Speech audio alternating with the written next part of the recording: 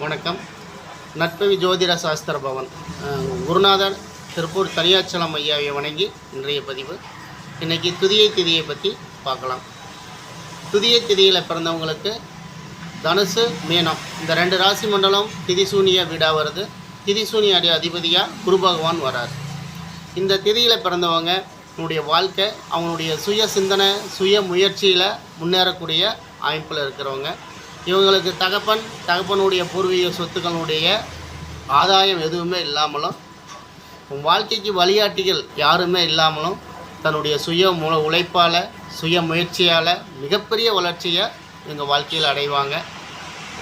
இவங்க எந்த அளவுக்கு இவங்க வளர்ச்சி இருக்கும் அப்படிங்கிறத முடிவு செய்கிறது குரு பகவான்.